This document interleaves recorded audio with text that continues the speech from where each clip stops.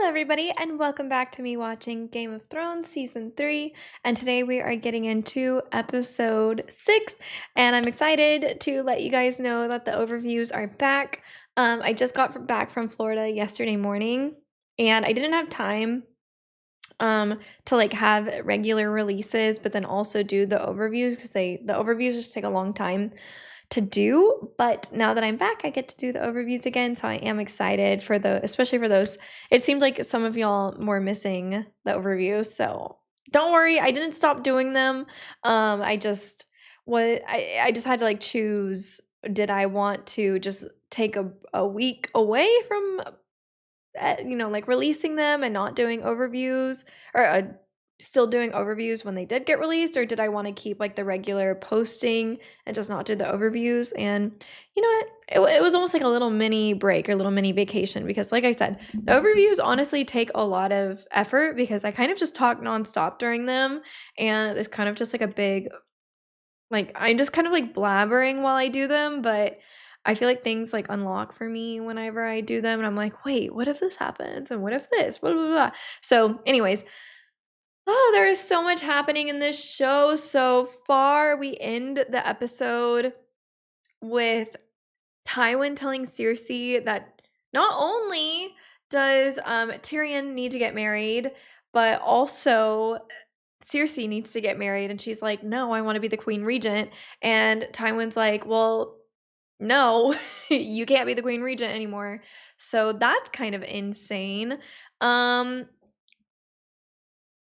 What happens to Jaime? He didn't die. Surely he did not die. I cannot have Jaime dying right as he finally brings down his walls and is admitting that he doesn't want to be called Kingslayer, and it's not really a fair name. Which, to be fair, when I first heard what Jaime did all the way back in season 1, I didn't know how I was supposed to feel hearing that he had killed the Mad King, but I was also like, I mean, kind of did everybody a favor, honestly. I know it comes off as traitorous, but also this man was kind of a bad person, and you would think that the person who slays the bad person is not really regarded as also a bad person, I guess. But maybe if you just don't know the reasoning behind, maybe because nobody knew the reasoning behind it, really, it wasn't until that scene that Jaime explains the full story that Jaime had to choose whether it was a lot of people or if it was just taking him out immediately. And so, I mean, obviously, Jaime Lannister chose the lesser of two evils. If anything, he kind of he saved a lot of people at the same time. So, I mean, you cannot blame Jaime. And yes, maybe the name Kingslayer is unfair to be called as an insult, at least, and at least to Jaime's perspective. So I love the relationship between Brienne and Jaime. I do not want that to end yet, so I was quite concerned. I'm quite worried about what happens to Jaime. My gut is telling me that he doesn't die. I don't think he does. I hope that they have a maester that's able to, give him some type of thing, heal him up. He's finally gotten a bath after all of these infectious wounds that he could potentially be going through. I mean, he probably has. He's probably going septic. That's what's really happening. And yeah, that monologue that Jaime gives is really great. That I feel like that's so far it's one of the best monologues in the show, but I'm sure there are plenty of more monologues to come. I feel like drama shows like this love, especially fantasy drama, they love a good monologue. What else? Sorry, my little overview here. Daenerys. Oh yeah, Jorah and Barristan and Selmy are already bickering with each other, or already just kind of well, so Selmy wants Jorah to step aside because he was traitorous, but Barristan Selmy served a lot of bad people and wants to finally serve somebody that he believes in, which he believes in Daenerys. But Barristan Selmy is like, Jorah, I don't believe in you, so you should step out of the picture and let somebody else kind of rule in your place, kind of almost, you know, building her small council. And he doesn't want Jorah to be a part of that small council. I don't know how Daenerys would feel about that. I almost feel as if like Daenerys is very unsure about Jorah. Like she does refer to him as her like smallest count, her micro council. But on maybe just because he's kind of all she has, like she doesn't really have many options for people who would be on her small council. She does have well, I mean, I guess she could use her like new. I honestly don't know. I think Selmy's a good choice. He's served a lot of kings. He would know better than anybody, like serving now a queen. So I think that would be good. But I'm very curious. Like, I don't know. Will Daenerys even really care that like Jorah would be requested to step? Not that Barristan has like much of a say. Like at the end of the day, it's comes down to if Jorah says, you know what, maybe I should step out of the picture, or if Daenerys agrees with Selmy and is like, yeah, maybe you shouldn't be on my small council kind of deal. But I know I think at the end of the day, I guess it does come down to how have I been talking for 6 minutes? Surely I haven't been talking for 6 minutes already. What else? Brienne and Jaime, Robb Stark. Oh, Robb is going through it. He's going through it. Not only has he just lost all the Karstarks after beheading whatever his name, I'm sorry, I forgot that Karstark's name. You know who I'm talking about. He beheads him and he is warned, don't do it. You will lose all of the Karstarks. And now he needs Frey's. Oh, it's such a mess. The person he broke a vow to marry, the daughter of Walder Frey that he broke a vow to marry, now he's gonna try to go back to that person and be like, hey, listen, I know I broke a really big promise to you, but I kind of need your help now if I'm gonna go to Castlereagh Rock. Like, sir, no. I would be like, get lost, like get out of here. Also, I'm sorry if I look very white. My lighting is so screwed up lately. Like you can see the difference when I just do this. I don't know what's up with it today. What else? Oh yeah, Jon Snow and Ygritte finally. I was gonna say finally share a kiss, but they showed a lot more than just a kiss. But I like that scene. I was happy to finally see them get together because obviously we knew it was coming. But I'm like interested to see how their relationship develops. And because that kind of solidifies Jon Snow's position, or maybe his feeling of position in the wildling camp. You know what I mean? Like, Jon Snow's gonna be kind of split in two, where he's like, yes, I was a man of the Night's Watch, but like now I have a fruitful ass like girlfriend here in this camp beyond the wall. Like, I don't know. Maybe something I said earlier, which was a long time ago, I think I mentioned that I did mention that I thought Jon Snow was going to end up being kind of like more involved with the wildlings even before he joined once he joined the Night Watch. I was like, I just feel like one of them is going to, and specifically Jon Snow is going to be like out there in the wilderness beyond the wall. But I didn't know why, because we hadn't met Ygritte yet or anything like that. So anyways, that's all of this is just to say I'm excited to watch episode 6. And I hope you guys are excited to watch me watch episode 6. I got a new chair. It's really rolly. I hope I don't roll away while I'm watching this. It's a bit harder for me to like, no, I feel like this will be no, this is comfortable. Yeah. Anyways, I'm excited to watch. Let's get into it.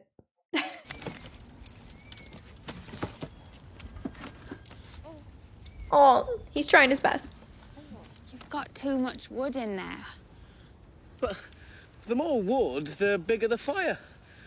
It needs to breathe. Take off that big log. She's like, boy, have you ever done this before? It just sparks.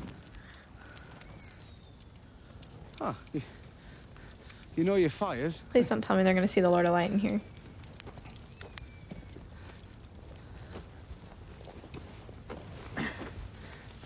Someone built your fires for you growing up?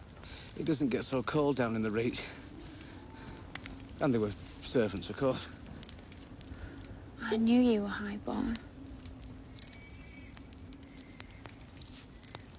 Oh, I found something at the Fist of the First Ben. I'll need Buried that. treasure. Thousands of years old, I think. What does it do? I'm not sure that it does anything. It's beautiful, though, isn't it? Yeah? Oh my gosh. Is it going to have some, like, ancient tie to it? Like, mythical? How much longer? Not so far. A few more days. Thanks. Is the wall as big as they say? Oh, bigger. He is taking her to the wall. So big, you can't even see the top sometimes. It's hidden in clouds. You're playing with me. I'm not. It's 700 feet high, all made of ice. On a warm day, you can see it weeping. Someone's climbing this wall this episode. Or next episode. Castle Black is nice enough. They keep a fire burning in the long hall, day and night. And Hob makes venison stew Oh. with onions. Very tasty. Sometimes one of the brothers will sing. Darian sings best. Do you sing? They don't even know if they'll accept her. No, not very well. In Sing me a song. Oh, all right. Oh, he gave in so easily. He's like, okay, I will. Oh, The baby starts crying. a father's face is stern and strong. He sits and judges right from wrong. He weighs our life, the short and long, and loves the little children. It's not bad. The mother gives the gift of life and watches over every wife. Oh, she's eating this up. Gentle smile ends all strife. And she loves her little children. Well, White Walker is watching them from this. Isn't that where the wildlings are planning on That's how you attack skin a Castle rabbit. Black? I know how to skin a rabbit. Not by the looks of it.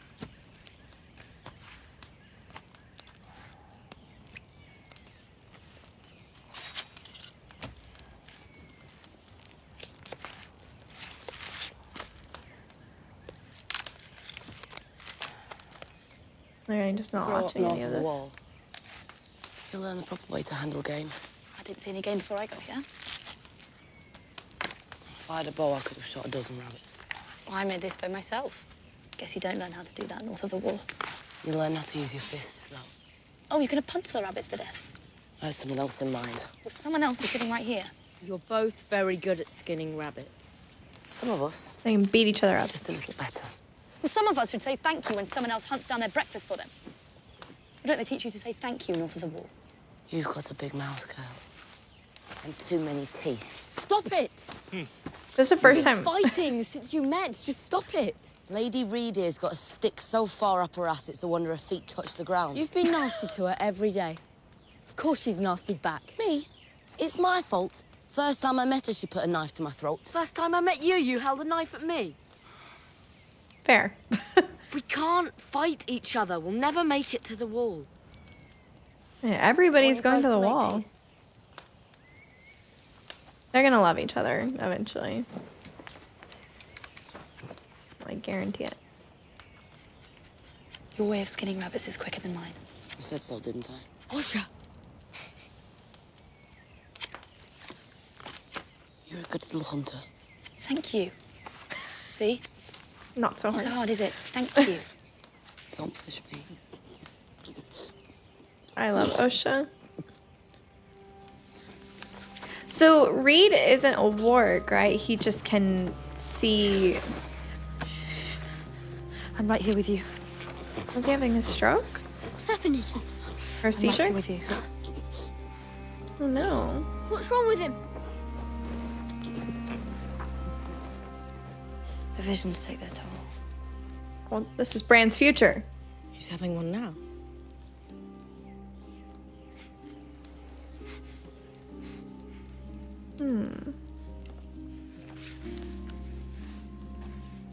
Like, he can't see in the eyes of other animals, but he can visit, like, the place that they join at, right?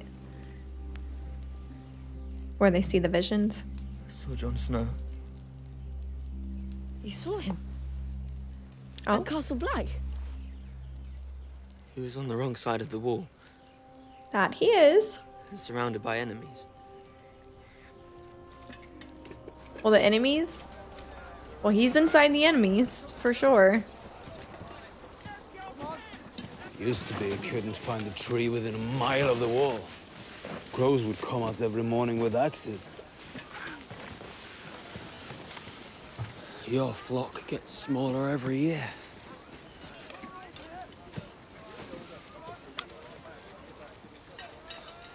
Oh, they are about to climb You it. ever climbed it before? No, Yes. but Tolman's done it 100 times. I've been waiting to see this. But this is where they're climbing Castle Black. Towards Castle Black, right? That's where everyone's gonna be. You're afraid. Aren't you? Aye. Well, it's a long way up and a long way down, but I've waited my whole life to see the world from up there. What do you even do when you get up there? Here, sit down. Brought a pair for you. They're too big for you, but they're good. You I killed would, someone I for would them. not want that. Nah. I didn't kill him. But I bet his balls are still bruised.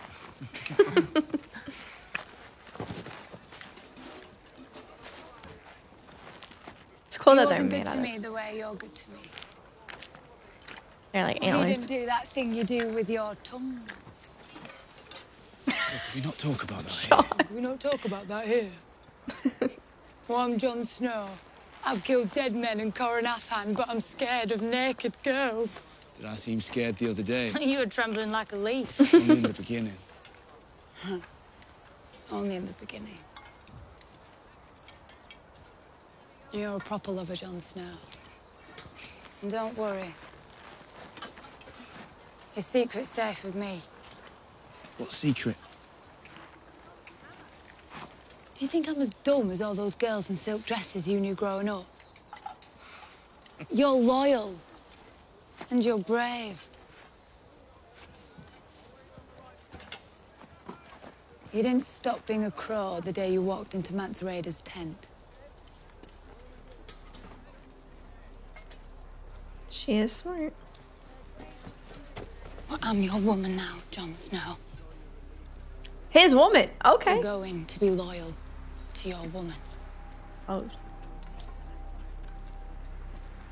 Oh, they're in this. The Night's shorts. Watch don't care if you live or die.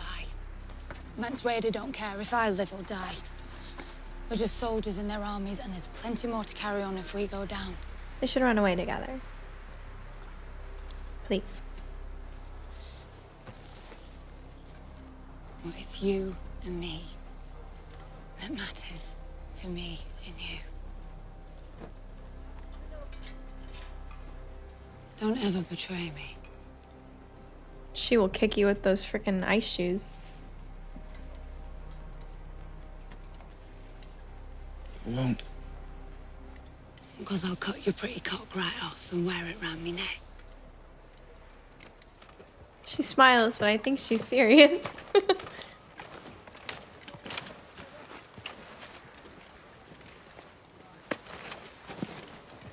Sink your metal deep and make sure it holds before taking your next step.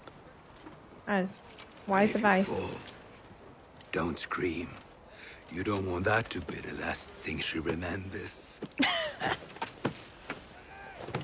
I thought he was gonna. Oh, that's funny. He'll be fine. I think other people are gonna fall, but it's just part of the game, it seems. Joffrey. Cersei. And she got them kill shots. Ilan Payne. You good?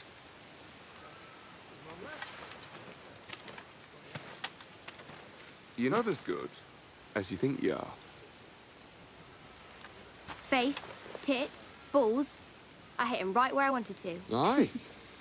But you took your sweet time of it.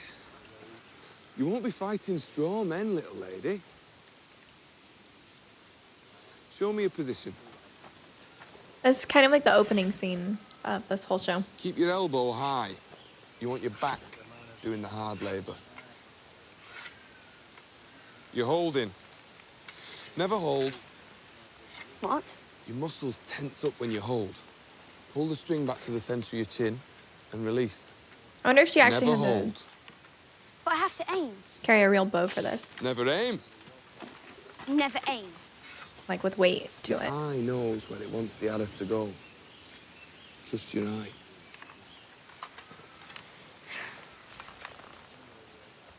There's someone out there.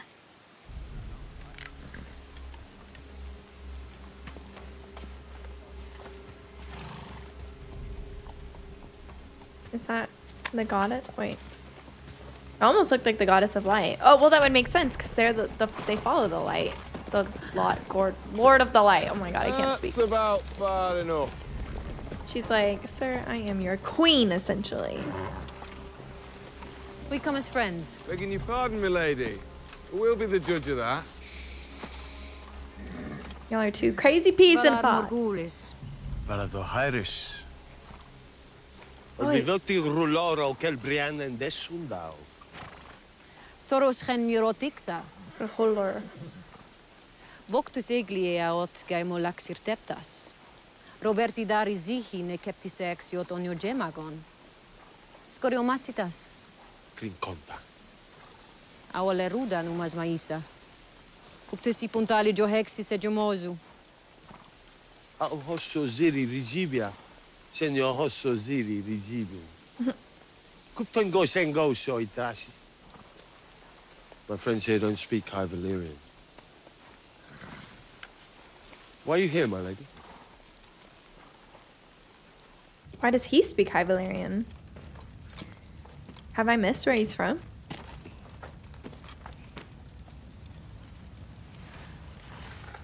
Forgive my manners. He's I don't looking see many ladies these days. really Lucky rough. for the ladies. Yeah.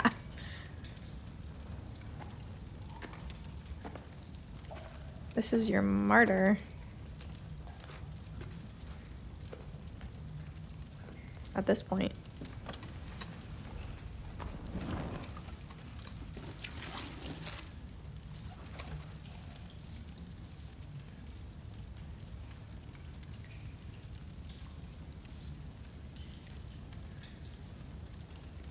How many times has the Lord brought him back? 6. It's like Frankenstein. Kessus honoravis et libus daor. Ondore mondeor. Aexios ichon vaurezun japin. Tesixos odlis.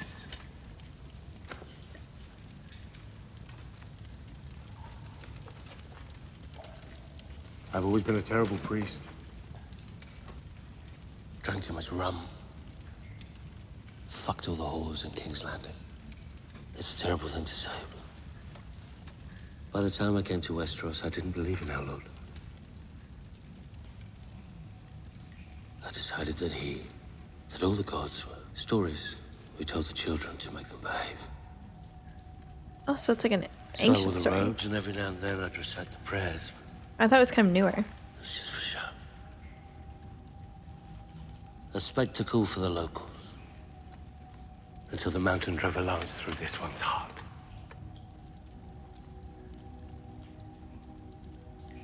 I knelt beside his cold body and said the old words. Not because I believed in them, but he was my friend. And he was dead. And they were the only words I knew. And for the first time in my life, the Lord replied. Beric's eyes opened. And I knew the truth. Our God is the one true God.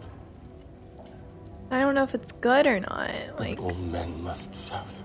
Like, they seem like they're in a cult, and I mean, I don't know, it doesn't feel positive. You've been to the other side. The other side. There is no other side. I have been to the darkness, my lady.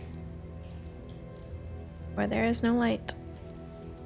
He sent you to us for a reason. You have someone he needs. Bodkin Point. Penetrates plate at 200 yards. Not Arya, right? What would they need Arya for? Can you make them? Yeah, nothing tricky about it. Just need decent steel. I'll get you the steel. Nice. I didn't like that woman. Good reason. That's because you're a girl. What does that have to do with anything?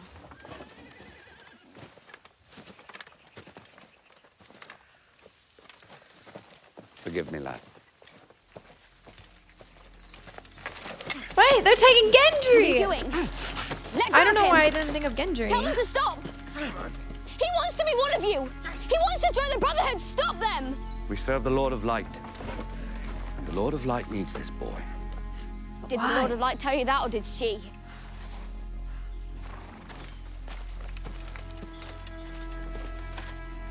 You're not doing this for your God. You're doing it for gold. We're doing it for both, girl. We can't defend the people without weapons and horses and food. What do they need Gendry for? We can't get weapons and horses and food without gold. You told me this was a brotherhood. You told me I could be one of you. Where are they taking him? Oh, he's a Baratheon. Obviously. Duh. You're more than they can ever be. They're just foot soldiers in the Great War. You will make kings rise and fall. Me forgetting he was a bastard. I mean, sounds like your future's set, sir, so. Oh, she just You're a manhandled witch. her. You're going to hurt him.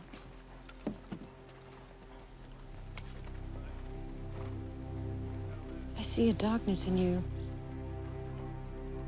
And in that darkness, eyes staring back at me. Brown eyes, blue eyes, green eyes. Eyes you'll shut forever. Sounds like her list. We will meet again.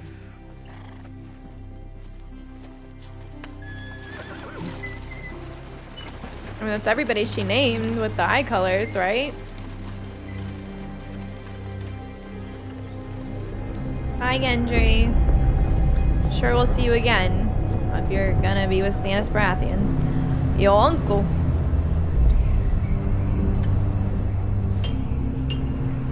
This is crazy. I would never attempt this.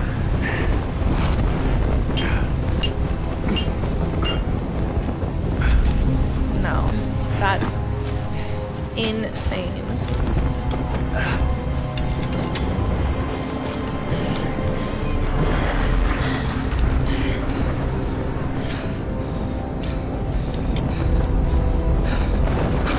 Are they like tied to each other as well? Yes, they're like, what's that called when you're like climbing in groups? And if one falls, you basically just take the last one. Don't look down, what are you doing? That's like #1 rule.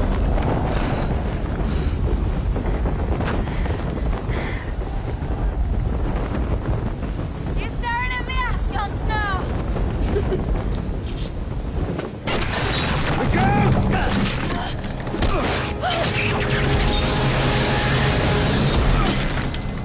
You alright?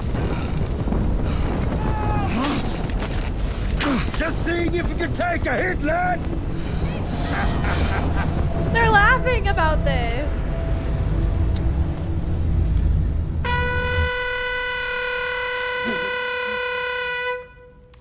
Oh gosh.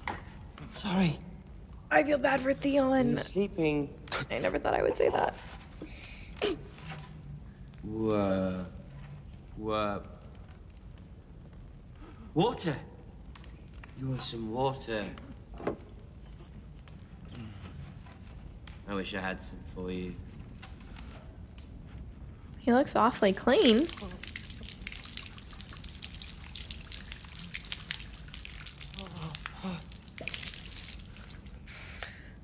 What is all this torture for? Like, what is the resulting of this? Which body part do you need the least? Oh. Please, not a body part. Everything, please. But you've already told me everything. Then why are we doing Remember? this? Oh, well, I Your know daddy why. was mean to you? Your Starks didn't appreciate you? Why did he have to admit he... One good bit, though. The Stark boys. They're still alive. Wouldn't that be a hunt to remember? Oh, no. You failed, but I'm a better hunter than you. This guy's freaking evil! How about your little finger?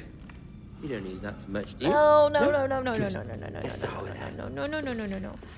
Where's Yara? Does she care anymore? Like, what is happening there?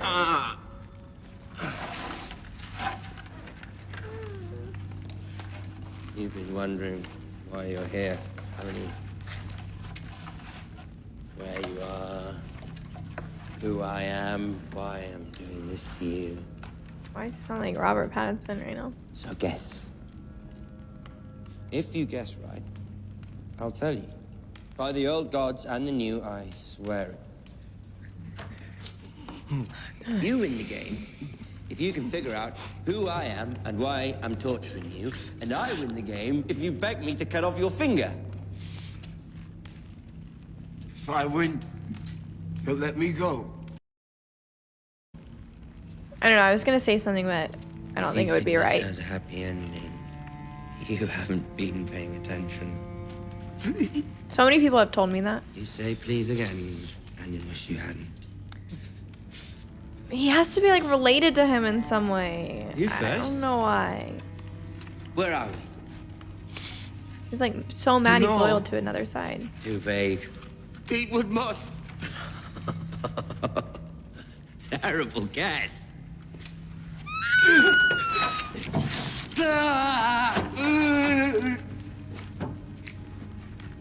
He just took his finger like Where? that? Blasters! Do I look like a fucking umber to you? Dude, do you want to keep your fingers? Ah! Oh.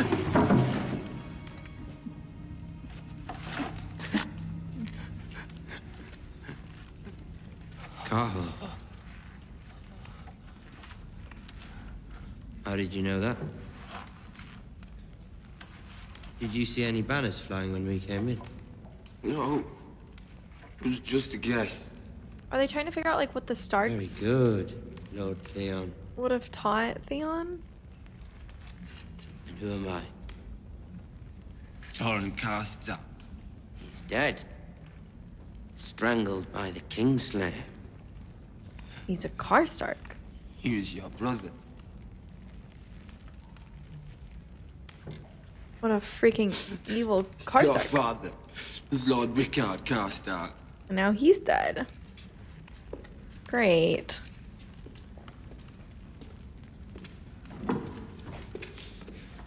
But that's... You swore to tell me. You're if I- right. Lord Rickard Karstark is Robb Stark's bannerman. I betrayed Robb. That's why you're torturing me. Yes. Oh, okay. But... So, but okay, but then there's this whole scene where like Theon is like, oh, you know, Ned Stark is my true father, and then he sends him right back straight to here. So that's me. I was like, okay, well then are they against the men of the North, and like maybe this guy is actually with like the Ironborn, and they are since they're going after the throne, and technically Robb would be like a threat to. But he's not even a threat to that. Like, I don't know. I was just like, had no idea what. But also, what? Like, I mean, Theon kind of said the right thing, and now he's right back here. You win.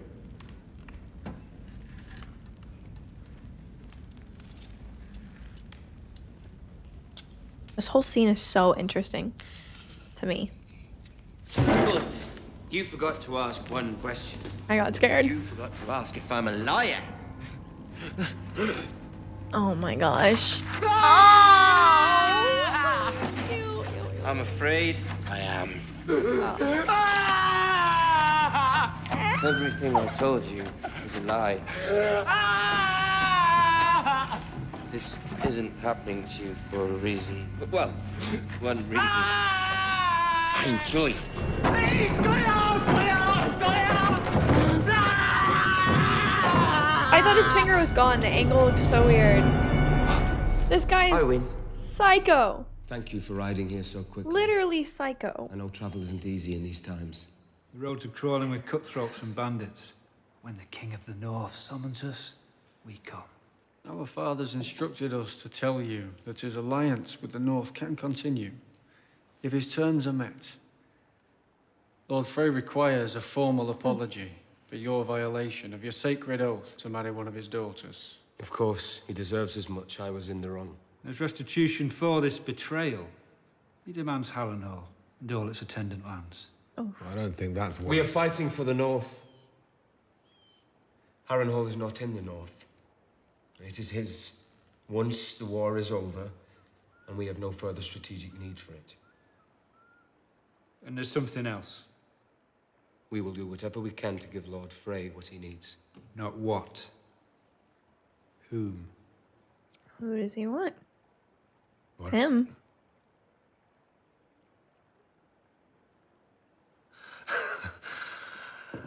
No.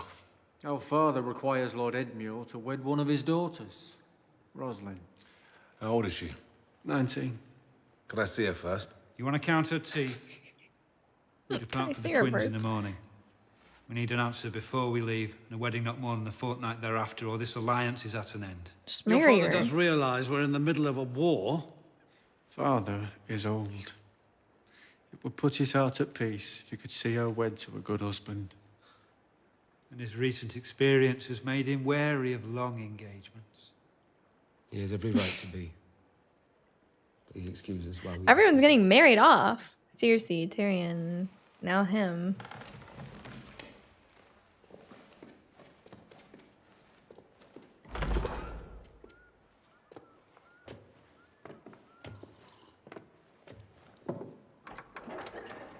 Why should I let that old ferret choose my bride for me? Ferret. At the very least, I should be offered the same choice you were. I'm his liege lord. He's a proud man, and we've wounded him. I didn't wound him. My answer is no. I have a feeling he's gonna end up doing it anyways, right? Listen to me, and listen very carefully. The laws of gods and men are very clear. No man can compel another man to marry. The laws of my fist are about to compel your teeth. It's all right. You heard him. If you refuse, our alliance with the Freys is dead. He's wanted me for one of his daughters since I was 12. He's not going to stop wanting it now. When I say no, he will come back and offer me a daughter of my choosing. You're willing to risk our freedom and our lives for a chance at a prettier wife. I have a war to fight. We can't win it without them. I have no time to haggle. You said you wanted to make amends for the stone mill. They're probably mad at him. You recall that heroic engagement? We're losing the Karstarks. I had something less permanent in mind. I've won every battle, but I'm losing this war. If we don't do this and do it now, we're lost. Gotta do it, bro. I'll marry her. Easy. You're paying for my sins, Uncle. It's not fair, all right. I'll remember it. You'll remember it, for sure. I guess. See, my men have finally found you something appropriate to wear.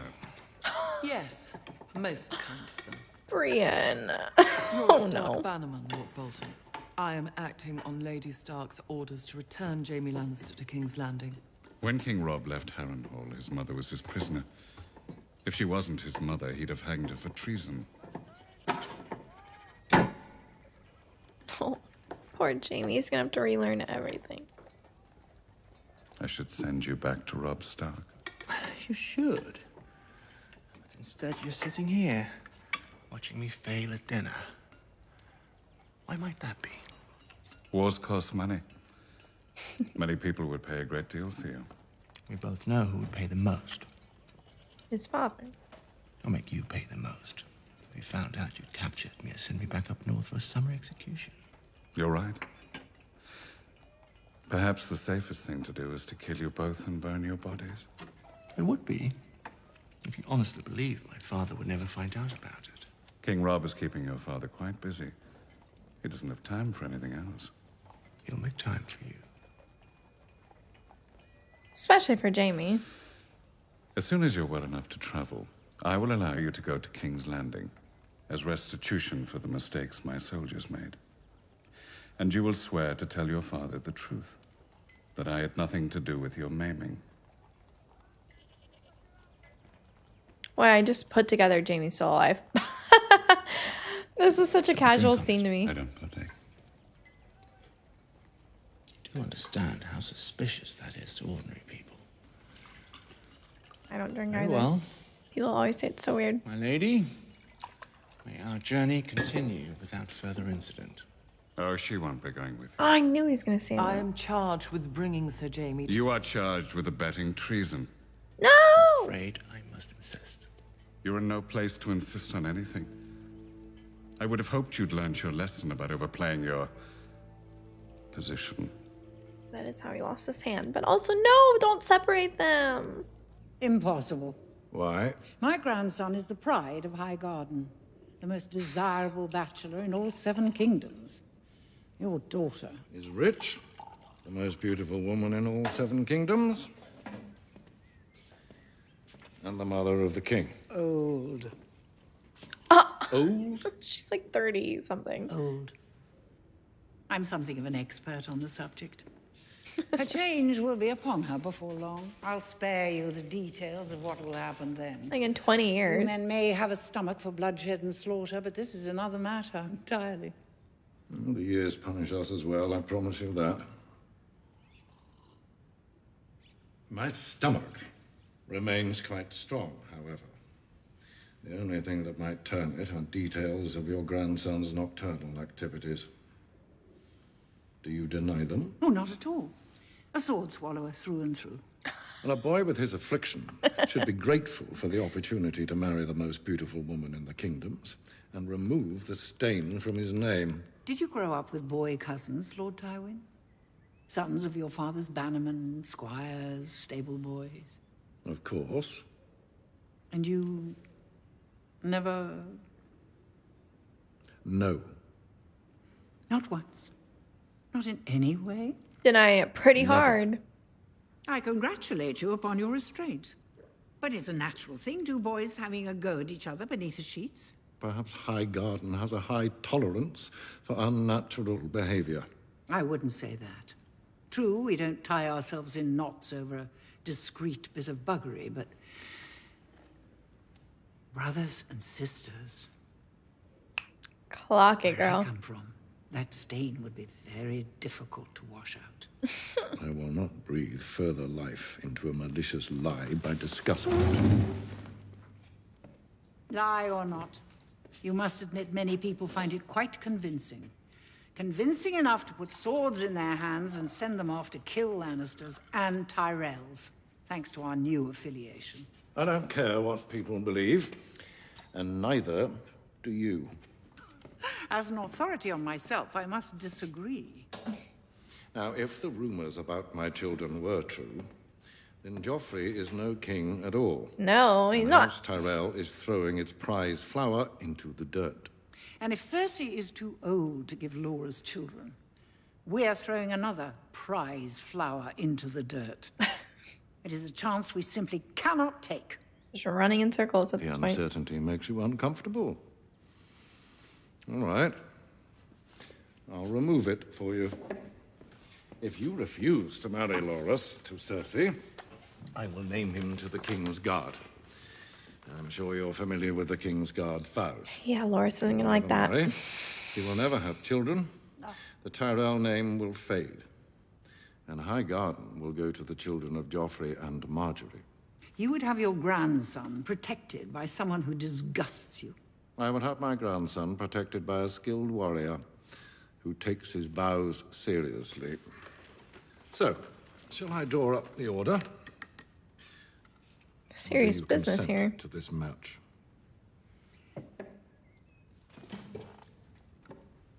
It's a rare enough thing. A man who lives up to his reputation. I love her. She's the only one who can dish it back to Tyrion. I'm worried one of them is gonna take a great fall.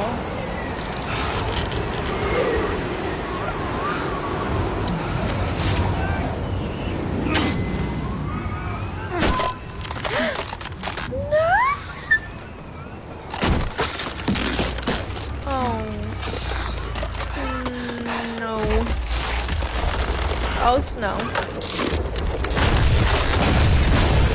There's no way that would happen. There's no way. There's no way. Okay, also that would be detrimental to the wall.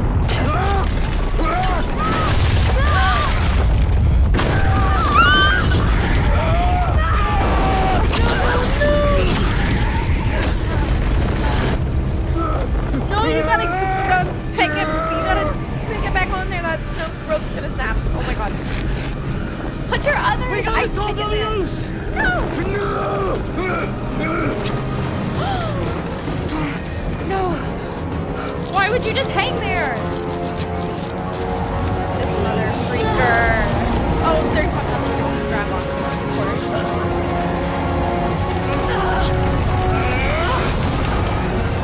Save her, Snow! God!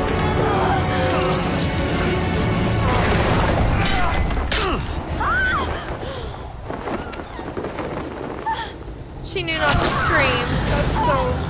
Oh, that would break my back in half.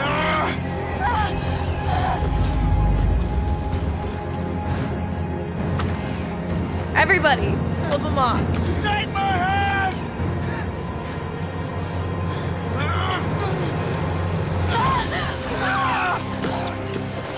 I know y'all were eating this shit up when it came out.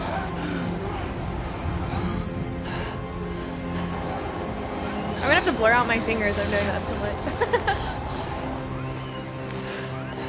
I'm gonna sneer at you too, bro. She just keeps on going. I guess you have no other choice at that point.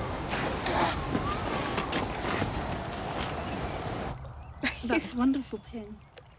Oh, it's more a brooch, really. Well, I suppose a brooch is a sort of pin, so... How does Sansa like? He's so uninterested. I'm very happy about... Yes. I am as well. I feel like I'm in a dream. Yes, me too. Definitely. I've dreamed of a large wedding since I was quite young.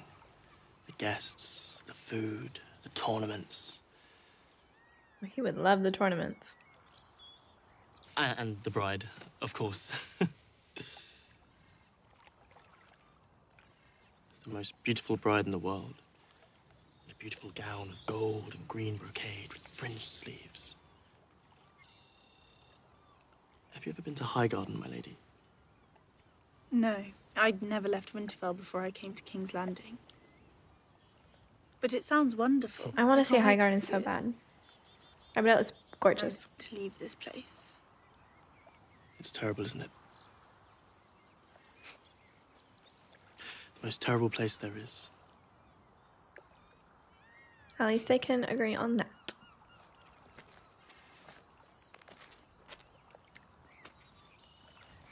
don't suppose there's anything we can do about this? We'd have them both killed. While looking out the window. It's hard to say which of the four of us is getting the worst of this arrangement. Probably Sansa, though Loris will certainly come to know a deep and singular misery. Father doesn't discriminate. We're all being shipped off to hell together. On a boat you built. Tyrells were plotting to undermine our family. I did what I did to protect our family. I'm your family. A member of your family who's actively contributed to that family's survival. Very heavily, might we Whether or add. not you or father or anyone else wants to admit it. I do admit it. If it weren't for your trick with the wildfire, Stannis would have sacked the city before Father got here. Our heads would still be rotting on the city gate. Trying to have me killed is an odd way of saying thank you. She doesn't even deny it. There are two people in King's Landing who can give an order to a king's guard. Did you, or did you not, order Sir Mandon to kill me during the Battle of the Blackwater? Why does she keep on looking away? Just say no if you didn't. I guess she did. Damn. The impulse I understand. He hates me because I'm the only one who tells him what he really is.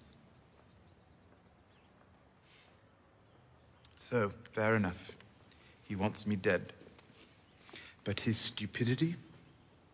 He could have had me poisoned and no one would have known. But the king orders a king. Wait, it wasn't Cersei, it was his own father? But his father was, wait, did I misunderstand that? Because his father wasn't there until like the last minute, but Cersei was there the entire time. So it would make more sense if she had ordered somebody to kill Tyrion rather than Tywin, but now he's saying he wants me dead. King's guard to murder the hand of the king in full view of his own army. The boy's an idiot. What do you want me to say? I want you to tell me if my life is still in danger. Probably. Mm. But not from Joffrey. He won't do anything now Father's here. 7 kingdoms Poor united in Tyrion. fear of Tywin Lannister. Not the Tyrells. Soon they won't need to be afraid of him. Joffrey will belong to Marjorie, the little doe-eyed whore. And so will his children and their children. History will be taken from our hands. It might be time to relinquish Escape, at least. your hold. Once Jaime gets back, Sir Loras may come down with a terrible case of sword through bowels. When Jaime gets back, yes. But when do we think that's going to be? He's out there somewhere. Jaime or not, I'm truly fucked. Yeah, because they can't kill Sansa. Who's going to tell her? Do you think people will like it? I don't think they will even notice it. You're right. It's not my wedding. Anyway, from what I can tell, the dressmakers in Highgarden will be far superior to the ones in King's Landing. Neither I've of never them made know yet, anything as dull right? as this for my wedding. Loris likes green and gold brocade. I'm sure he does. Will they let me invite my family? They haven't asked my opinion. But do you think they will? I highly doubt that. They're all traitors in their eyes.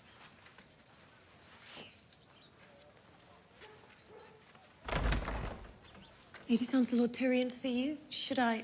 I beg your pardon, my lady. Good afternoon, Lord Tyrion. I was just trying on a gown for King Joffrey's wedding. Yes, it should be quite a wedding. I need to speak with you, Lady Sansa. Of course. Might as well tell them both. Alone, if I may. Why do you need to speak to her alone? Shay? Please excuse her, Lord Tyrion. She's not from here. But I trust her, even though she tells me not to. Sometimes we think we want to hear something, and it's only afterwards, when it's too late, that we realize we wished we'd heard it under entirely different circumstances. It's all right, really. I'm cringing. How to begin?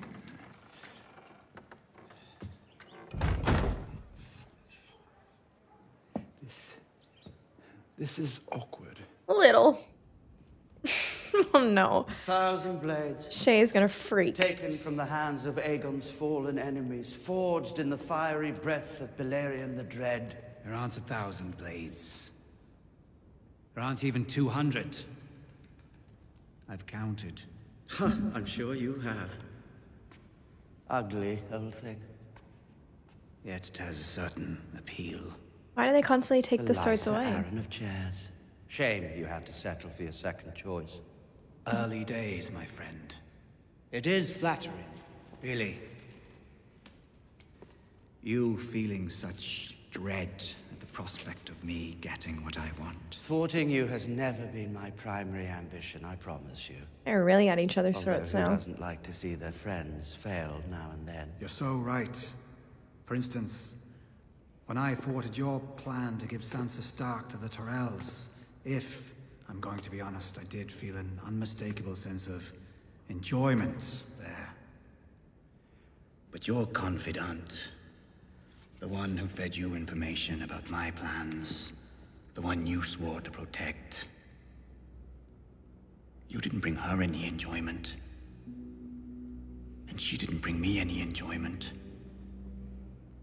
She was a bad investment on my part. Luckily, I have a friend who wants to try something new. Oh no. Something daring. And he was so grateful to me for providing this fresh experience.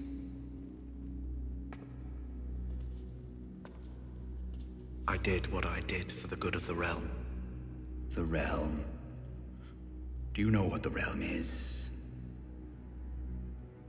It's the 1,000 blades of Aegon's enemies. A story we agreed to tell each other over and over till we forget that it's a lie. But what do we have left once we abandon the lie? Chaos. A gaping pit waiting to swallow us all. Chaos isn't a pit. Chaos is a ladder. Many who try to climb it fail, never get to try again. The fall breaks them.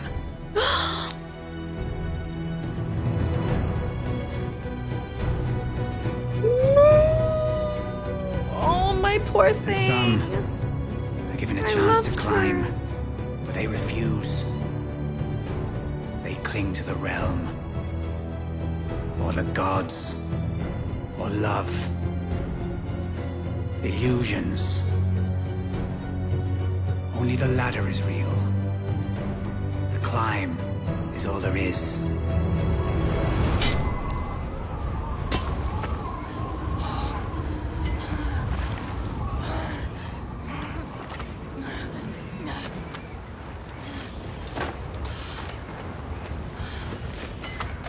Everybody's climbing something. How would you face these people after he just freaking did that? I'd have my pick at his throat.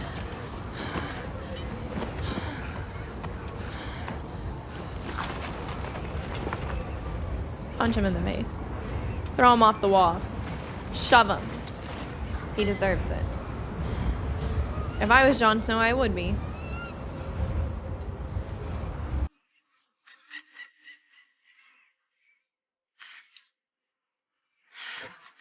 I can't believe there's sunshine.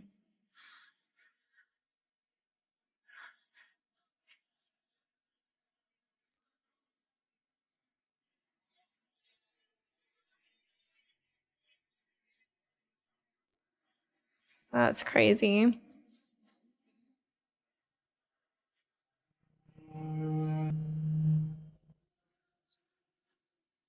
She literally climbed for her life for this view.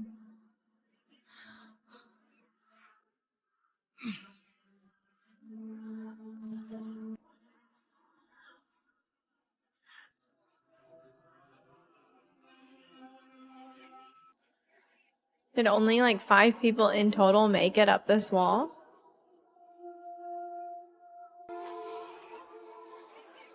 Oh. She's never gotten to see her that way.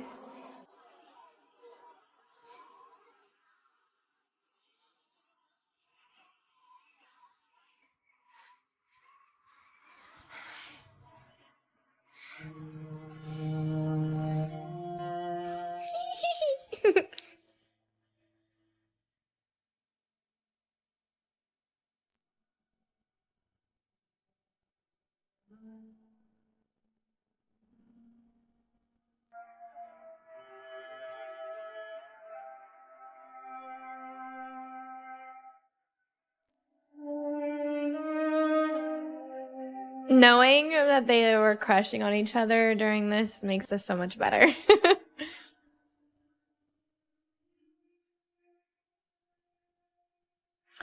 That was a good episode. That was a lot of I need to like I think I need to rewatch some of the parts because one it's kind of difficult since it's been a while since I watched episode 5.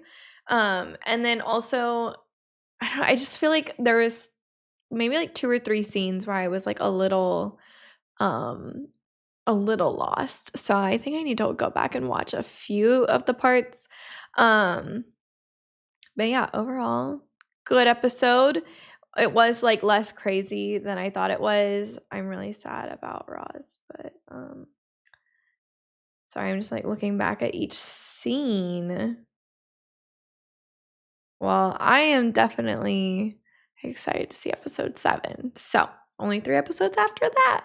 Crazy. Hello, everybody. Okay, it has been a few days since I watched episode 6. It's really been like a day and a half since I watched episode 6, but I do have my notes. I went back and watched a few scenes because I just knew I was like not in the right headspace for watching that episode for whatever reason. I don't know, I just felt like more confused than usual. But I like looked up an article, I reread the conversations cuz sometimes I struggle to like watch the scene and then also read what they're talking about like on the captions cuz I'm a visual learner when it comes to like talking, so unfortunately I do have to like physically read what they're saying in order to like better interpret it. But then I'm also like I want to see the scene as well. So I think it's just a result of me also having a giant monitor. But I have my notes and I'm ready to get into it. I hope you guys are too. Hopefully I can keep it to like 20 minutes, but somehow I always manage to go over. But I don't know. I feel like I can get this done fast. So, okay, so we will begin with Tywin because we do see Tywin and Lady Olenna have a conversation, mostly about discussing kind of like what the marriage propositions are going to be because they have Loras as kind of this eligible bachelor, and it's this matter of okay, so if Marjorie and Joffrey are going to get married, then what are we going to do with Loras? Cersei is an eligible bachelorette at this moment. Despite her not wanting to get married, it seems to be in her cards on her father's side. Nobody is winning in this scenario because Loras, obviously, not a Lady Olenna saying he is a proper sword swallower. Just that was so funny. I thought that was just like such a hilarious little tidbit. It was like such a creative way to just what a creative line. But obviously Loras does not prefer the gender of Cersei, and Tywin says if you do not allow them to be married, I'm going to make Loras part of the Kingsguard. And if I understand correctly, if Loras became part of the Kingsguard, then he would not be able to marry, but that also means he would not be able to inherit the like finances or Highgarden, right? So I think Lady Olenna obviously gives in because she's like, all right, well, can't argue with that. Despite all that is being said, Lady Olenna reveals that she knows, despite Tywin being in being in denial of Joffrey not actually being a legitimate heir to the throne. He's not. Lady Olenna makes that clear that she knows, and obviously Tywin's like, that's just a rumor, that's just hearsay, but that was kind of her trying to get back at him because he has, whatever, the whole scene. So anyways, they come to an agreement that Loras will marry Cersei, and then Tyrion's going to marry Sansa, and poor Sansa thinks she's going to get out of this place, which Loras and Sansa finally find like an agreement on something that they both hate King's Landing and that it's an awful place. But here's kind of my thoughts on this, and I don't really obviously I don't know the accuracy of this because I don't really know what Loras's like future purpose in the story is going to be, but I do kind of worry that since Cersei is kind of waiting for Jaime to return, I mean, Jaime is being sent back. He is on return from Bolton. And I mean, Jaime's on his way back to King's Landing, but if Loras and and Cersei are set to marry each other. I don't know how Jaime is going to feel about that now. I kind of feel like Jaime is like a little split in two as far as like I think he does have some type of romantic feelings towards Brienne. I do hope that in the story they kind of grow. I would love to see Brienne and not like I would love to see this not be the end of Brienne and Jaime. And I would love to see Jaime get out of like Cersei's grasp because I actually am really excited for Jaime Lannister's character arc. I loved his monologue and it really like made a lot of things clear for me, but that's kind of besides the point at the moment. More, I'm just saying, like, Jaime's on his way back. Cersei is now going to be wed to Loras. I don't think there's anything those two can do about that because they're literally brother and sister. They can't get married, like, legally on paper. And Tywin's definitely not going to allow anything happen between the two of them because now the rumors between the two of them and Joffrey being the product of incest and not being a legitimate heir to the throne is kind of going to fester even more with Jaime being back in the same castle as Cersei. But it does make me worry that I don't know if Jaime kind of falls back into old ways and Cersei is unhappy with her arrangement with Loras.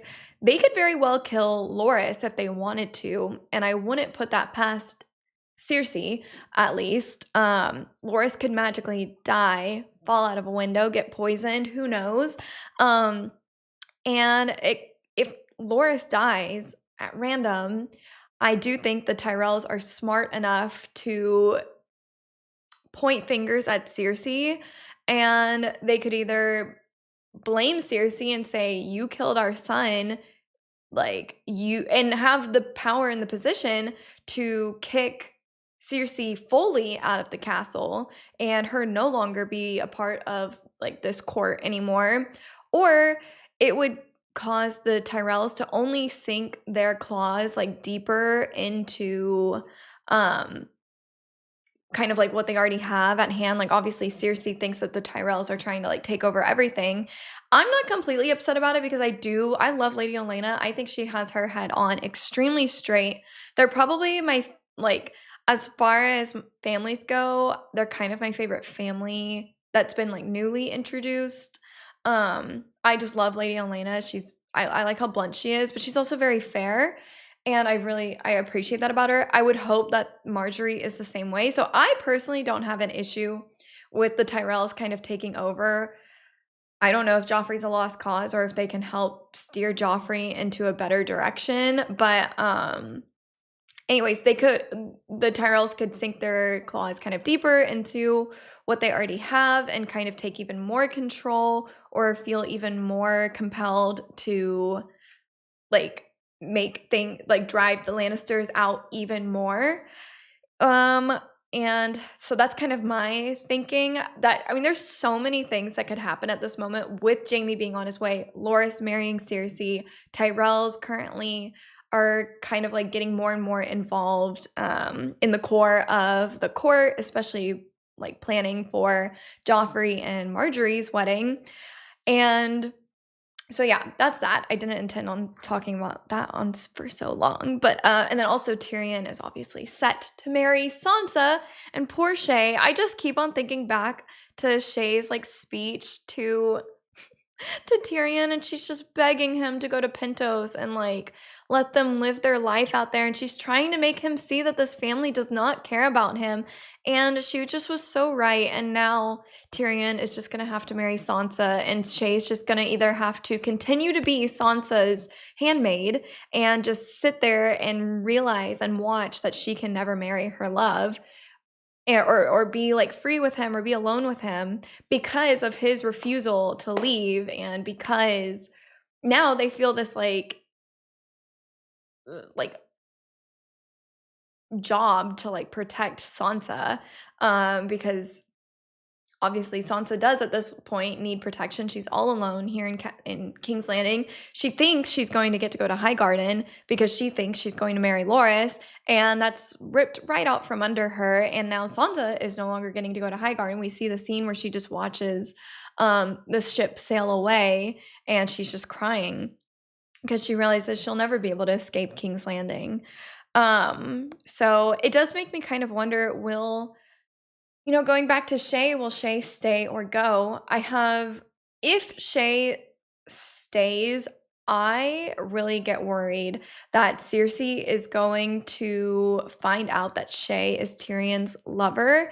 And since Cersei can no longer, for whatever reason, like maybe Tywin keeps Jaime and Cersei like separated, I worry that if Cersei discovers it's actually Shay that was the lover of Tyrion the whole time, Cersei's going to be like, make Shay's life a living hell, or even potentially kill Shay, or send her away without telling Tyrion, like something like that.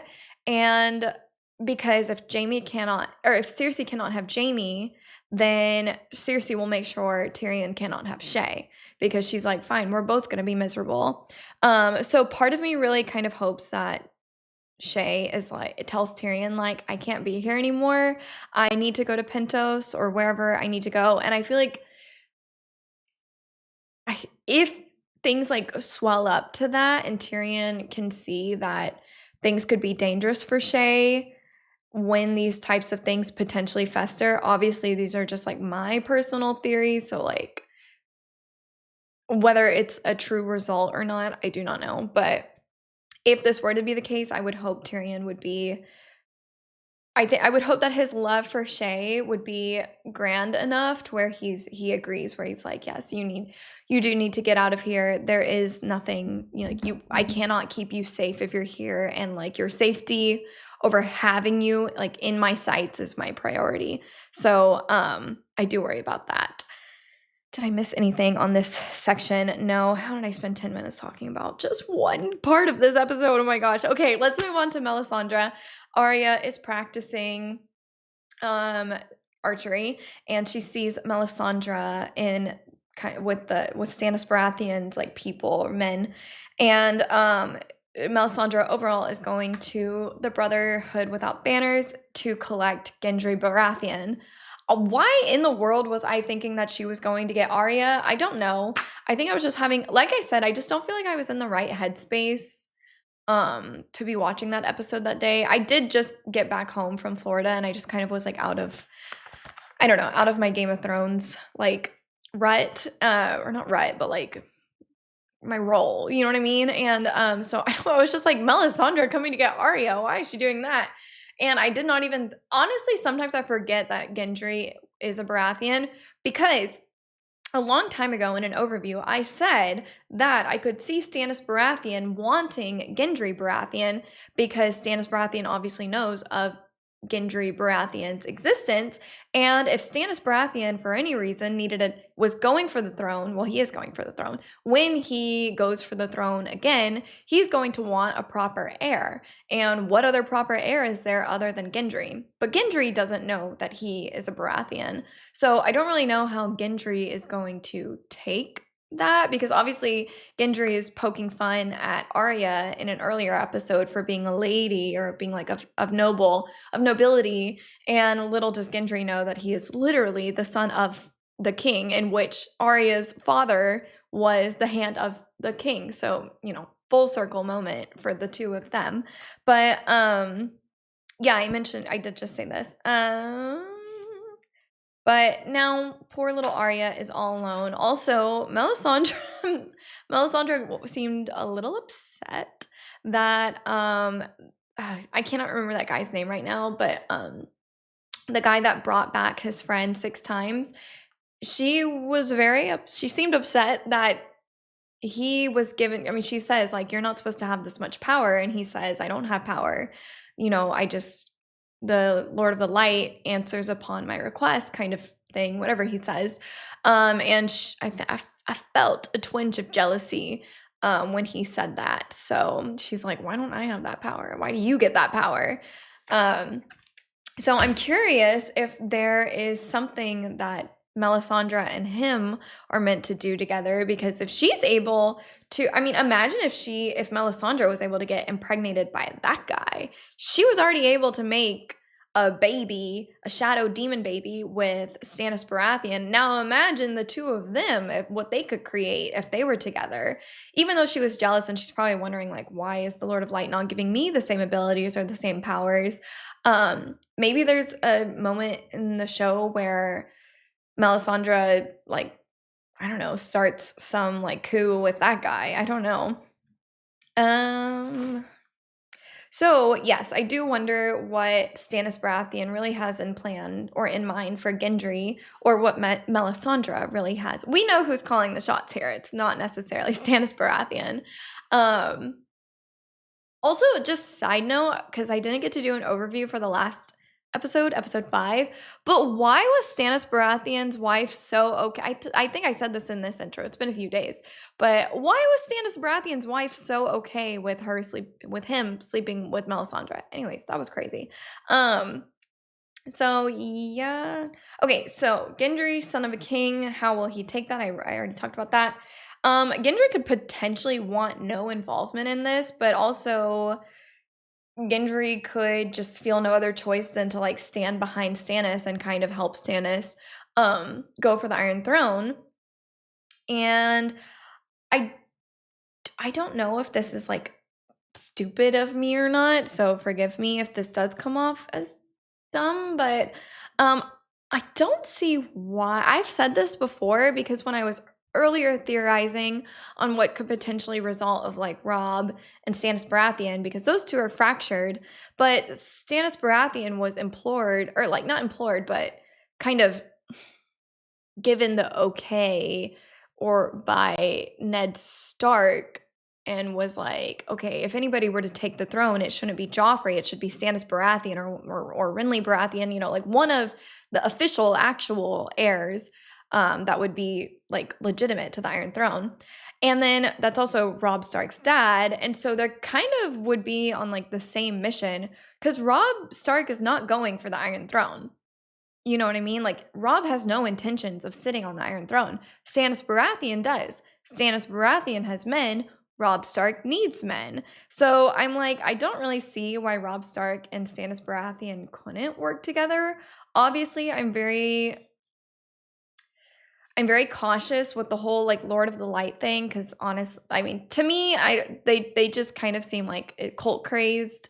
I don't think the Lord of the Light is necessarily making, they haven't made him do anything like terrible yet, but I mean, the demon thing killing Renly Baratheon was enough for me to be like, this is just like not the right way to go about things, in my opinion.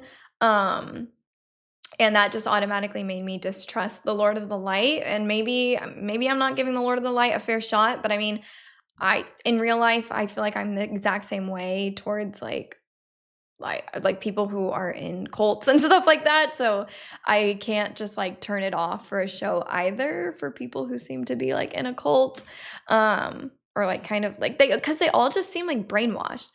Like, going back to Stannis Baratheon's wife, I know she's sick, but she's literally like, I mean, she seems equally as like drinking the juice, like the Kool-Aid, you know what I mean? But anyway, if Arya can make it back to Robb Stark somehow, and if Gendry is going to be working under or being with Stannis Baratheon, I don't really like, I kind of feel like Arya would go to Robb and be like, hey, we should work with Gendry and Stannis, and Gendry can go to Stannis and be like, hey, we should work with Robb. So I don't know. I mean, where it's kind of like there's a need, and here's someone who can provide to that need, like going back to Stannis having at least some amount of men, and then Robb needing men since he's now lost the Karstarks. So I don't know. And yeah, and people are probably gonna be like, well, what do you expect? Like, if Stannis Baratheon was going for the throne, he would be the king of the Seven Kingdom, or the Seven Realms, or whatever. I don't know. Robb can rule all of the North and beyond the Wall, and they just make all that crap Robb's deal, because nobody knows how to rule the North more than a Northman. And then Stannis can just do everything else. He can just do the other 6. So seems fine for me. Just kind of separate a little bit. But yeah.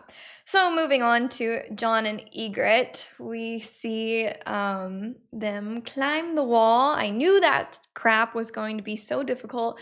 I know earlier I was I never even like considered that they could climb the wall, but for good reason. Apparently that thing is 700 feet tall. I wouldn't attempt it. Obviously, it's probably shorter than like most mountains, and people do scale mountains and things that are equally as high. But I don't know. It just seems like really, really beyond dangerous, and we see that it's beyond dangerous. But I kind of right before that, Egret and John have a conversation about them being loyal to each other. They shouldn't be loyal to Mance Rayder. They shouldn't be loyal to the Night's Watch, because neither of these parties really care if they live or die. But the two people that do care if they live or die are John and Egret for themselves. And I think John does a great job of proving that he does care if Egret lives or dies when they're climbing, and obviously he saves Egret's life. But it kind of makes me, I'm like, okay, well, John just proved that or maybe in the eyes of the wildlings, John just proved that he is like not a crow, because he just full on saved Egret's life with like all of his might. And the person that Orel, I don't remember the guy's name, that was climbing with them, that is the one who decided to like cut the rope. One of their own tries to just like basically easily cut them off. There probably could have been a way that they could have been saved or tried a little harder. But I mean, I do also believe that the wildlings are very kill or be killed, or, eat or be eaten. So I do understand, because yeah, I guess they all could have died if he didn't cut them off. But I would not be able to help me feeling very petty after that. If I was Egret, I would have shoved that man off the wall and been like, how does it feel? And nobody's coming to get you, so get your own John. But anyways, yeah, so maybe that can help John's case a little bit, and they can be like, oh, this man's no longer a crow, he's one of our own, he saved one of our own. But then it would just, even if that were the case, I feel like things are just going to get walked right back, because the wildlings are now going to Castle Black. And guess who else is going to Castle Black is Sam and Gilly. And I'm like, okay, so are the wildlings just going to expect John to, like, if they run into Sam and Gilly at Castle Black, the wildlings would probably look at John and be like, okay, kill everybody. Like, what are you doing? You're trying to prove that you're no longer a crow. But then John's also gonna need to find a way to save not only Sam, but also Gilly and her baby, if the baby doesn't get freaking fed to a White Walker in the midst of them trying to get to Castle Black. But yeah, I mean, I don't really know what's gonna happen in that situation, because eventually John is going to need to choose a side, unless he manages to find a way to appease both sides. But I feel like that would be kind of hard. Overall, if I were to choose like a perfect like theory of mine to this story, as far as like the wildlings, White Walkers, and the North go, I'm like, okay, if Rob needs soldiers or people that are willing to fight for him, yes, the wildlings and like the rest of Westeros have had this like long going feud for a very long time, which that was redundant, sorry.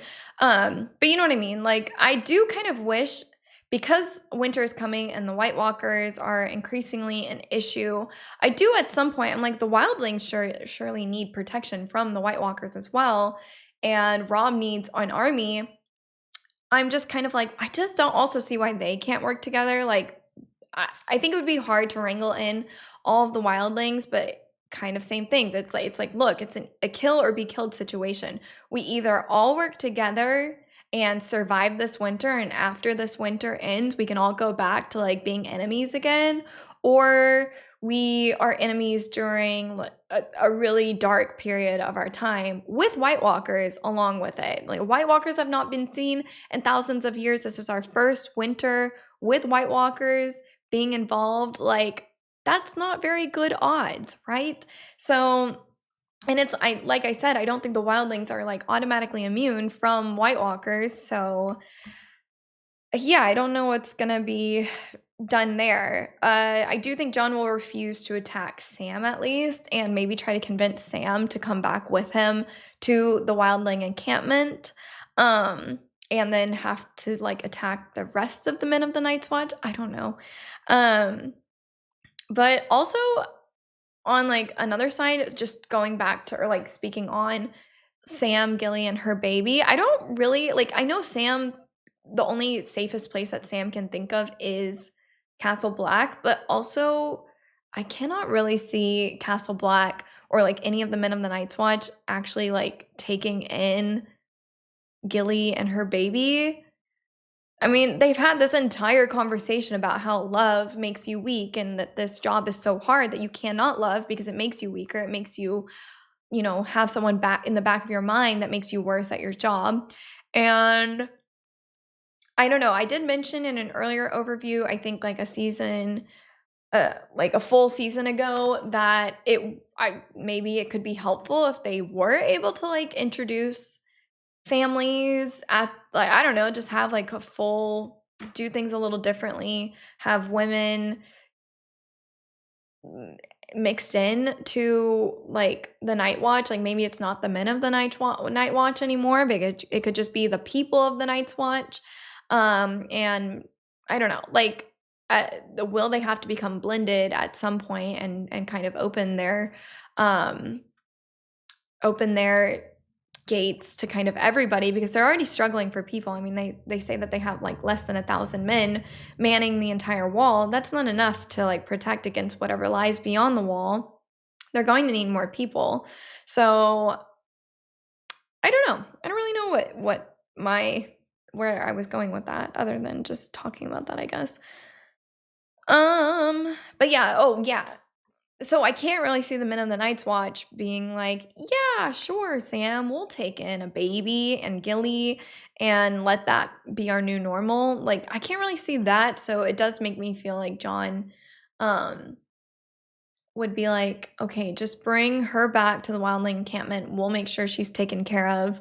And her child and her will be, you know, taken care of there. So I don't know. Who knows? Though I would like to say, going back to like the White Walkers as well. So Sam shows Gilly his dragonglass dagger or sword. Yeah, it's a dagger. The dragonglass dagger. Is that dagger what's going to be needed in order to kill White Walkers? Like, White Walkers cannot be killed since they're kind of already undead. It's kind of like a traditional zombie or something like that. Like, you can't stab a zombie in the heart and not expect the zombie to come back. In order to kill a zombie, you need to like target the neuron activity in their brain that's like keeping the rest of their body going, or beheading them entirely, or else they come back, right? So I'm like, okay, maybe the dragonglass is the only way to kill the White Walkers. And if that's the case, that means they need to go back to the exact same place that Sam originally got the dragonglass, which would mean they would need to, like, if they're gonna like mine a bunch of that dragonglass and create armory and weapons out of dragonglass in order to kill those White Walkers, they would need to work with the wildlings potentially, because they would need a lot of people in order to man the wall and go and mine for dragonglass, create weapons. I don't know. That's kind of where my head is going right now with that, because I'm like, why else would they show us the dragonglass dagger if it didn't have something to do with like the future of the show, obviously? But that's kind of what I'm thinking, that it's needed to kill the White Walkers. And if everybody is trying to fight against these White Walkers, then I don't know. So, because that dragonglass would be in wildling territory. So, moving on. This is my last page of notes. 27 minutes. Cool. Oh yeah. So we see that Rob needs to try and beg back for the phrase forgiveness, essentially, but they want Harrenhal a formal apology, and they want his Tully uncle, I forget his first name, to marry Rosalind, one of Frey's daughters. And reluctantly, his uncle agrees eventually. But yeah, we see that fighting on Rob's side is oh yeah.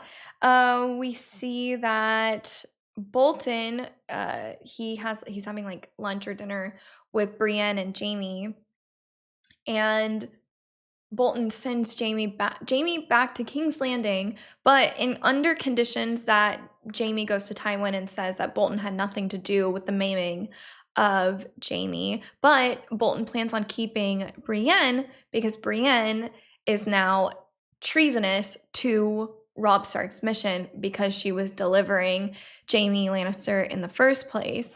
So, under Catelyn Stark's request, which bad for Brienne.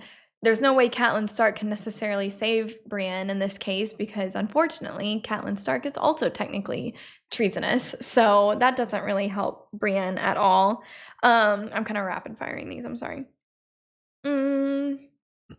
What was I thinking with? I don't know why I wrote this part with. I think I had like an idea with Robb and Frey, and now I can't think of it. So maybe it will come to me. Oh yeah, we see Theon is still being tortured by that evil little squirt. What the heck? I thought that kid was like sweet and friendly at first, and now this kid is literally genuinely evil. He is like lying to Theon and saying that if he guesses things correctly, he'll not chop his finger off. And then he just like says he's lying and is just doing it for the pure enjoyment of hurting Theon anyways. But also, where is Yara? Clearly this kid is like a liar, probably never really intended on freeing Theon in the first place, like makes him think that, he's taking him and gonna send him back to the Ironborn, that he is working with Yara. What if that kid killed Yara? What if Yara is actually nowhere to be found because he killed Yara? Ooh, I don't know. Because I was just like, where is Yara? If Yara and this kid, I'm so sorry, I did forget that guy's name. If Yara and him if Yara did send him to collect Theon, I'm believing now that that is a lie, because obviously he just revealed that he is a liar. But now I'm like, oh my gosh, did he actually find Yara and kill her or something like that? I don't think she could be killed so easily. So I do hope she is still alive. But anyways, what an insane person. And then oh my gosh, I was like, what? I can't believe I didn't think about that. But this whole time I was believing that Cersei did try to have Tyrion. Sorry, these are like my little like notes section where I'm like, don't forget to mention this.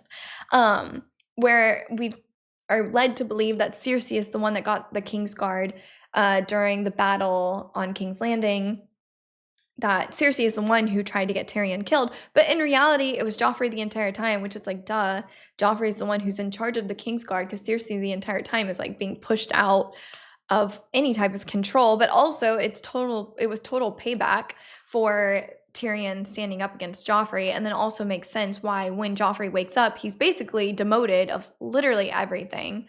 And, at the arms of Joffrey. I honestly just didn't think Joffrey would be quick enough to go in there and be like, hey, make sure to kill my uncle, because it just would seem like such a fast turnaround. So I just didn't even consider that. Cersei was the one like brewing in the Red Keep for longer. So to me, it felt a little more like she would have had time to say, hey, while y'all are out there, by the way, don't forget to Tyrion. You know what I mean? So yeah, that was kind of a because while I was watching the episode, I was thinking it was Tywin that would have requested or told the Kingsguard to kill Tyrion. But then I was like, but Tywin was gone pretty much the entire time. So, sure, I guess Tywin would want him dead. But then I was like, after the episode, I was like, it was Joffrey. What twerp? Lisa's such a twerp, dude. Oh yeah, and then the Peter and Varys conversation was very important, because Peter probably says what is known as like an iconic line, in my opinion, that chaos is a ladder, and only those who are brave enough climb it, essentially. And it made me so sad that Peter gave Rosalind to Joffrey for him to kill. I was disgusted at that scene. I really liked Rosalind. I felt so bad because I think Varys had like good intentions, and Rosalind trusted Varys. And Varys is correct. Peter is the most dangerous man. Peter has absolutely nothing to lose, really. He only has everything to gain. And he is making sure of it as well.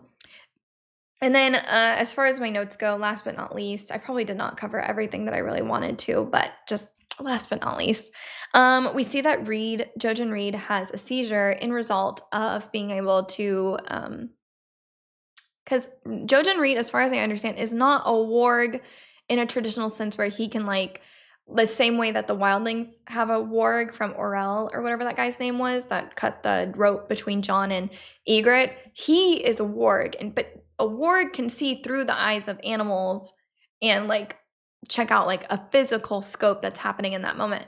But Jojen Reed can see the past, future, and present through the three-eyed crow in their sleep, which Bran has the ability to do both, right? So Bran is a warg, but then is also able to, like, see the three-eyed crow. And not everybody has both abilities. Is that how I'm understanding it? Well, anyways, we see Jojen have a seizure, which is a result of his, like, seer abilities.